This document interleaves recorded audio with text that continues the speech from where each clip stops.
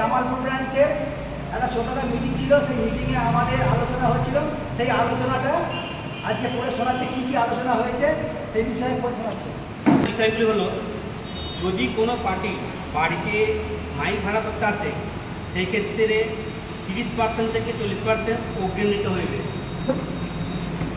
আর যদি কোনো party online ভাড়া করে সেই ক্ষেত্রে 60% থেকে 70% অগ্রিম নিতে হইবে।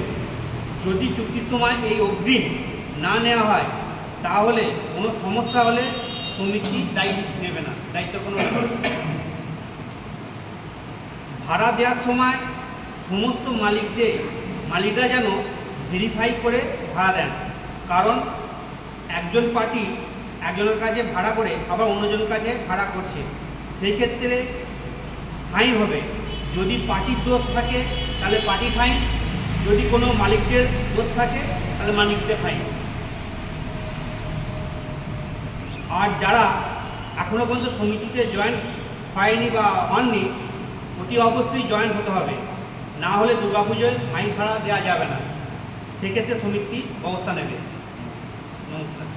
আর কয়েকটা আলোচনা হয়েছে, যে আলোচনা হচ্ছে রাত 10টার পর মাইক বাজানো নিয়ে সমস্যা।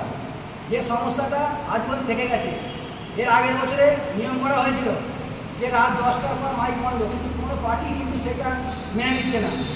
তো একটা কথা আমি বলি, যেটা একদিনের পুজো সেখানে সারা মাইক বাজবে, কোনো অসুবিধা নেই। যেটা 3 দিনের পুজো সেখানে রাত 10টার সময় বলে দেবে পার্টিকে 10টার পর কিন্তু আমরা মাইক বাজাবো না, খুব বেশি হলে 11টা 5 কিন্তু হবে না।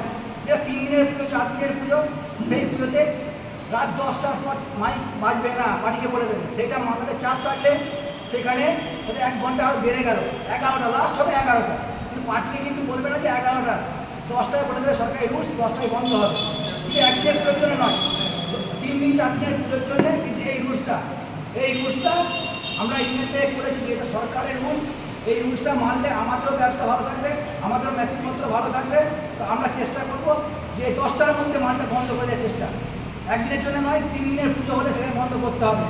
এটা কিন্তু সমস্ত ভাই বন্ধুকে বলে দিচ্ছি, অ্যালার্ট করে দিচ্ছি, যেন একদিনের পুজো রাত 12টা 1টা বাজে করে ক্ষতি নেই, 8:30 বাজে ক্ষতি নেই, কিন্তু 3 দিনের পুজোতে রাত 10টার পর যেন মাইক বন্ধ হয়।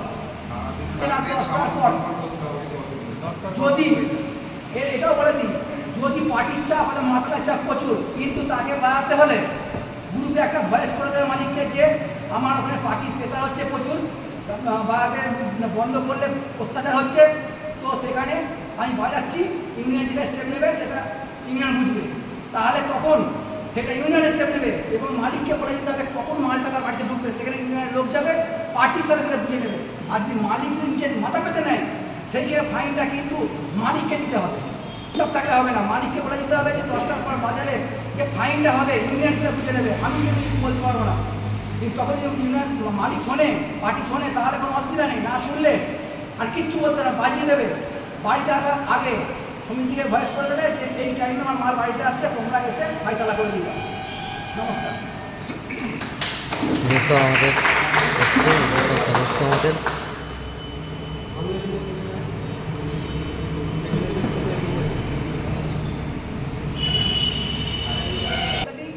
সেখানে অনুষ্ঠানটা চলবে, সাউন্ডটা কমিয়ে দিয়ে বাজাবে, কারণ রাত্রে ডিস্টার্ব করলে বহু অবজেকশন আসে।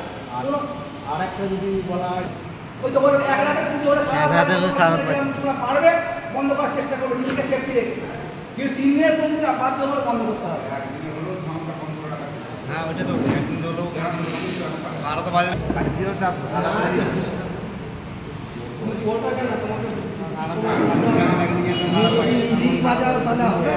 তুমি চুক্তির সময় ওগুলো বিলে লিখে দিতে হবে 10টা থেকে 10:30, সেখানে 8 ঘন্টা লেট হোক, তুমি 11টা লিখবে কেন, তুমি 10টা লিখবে।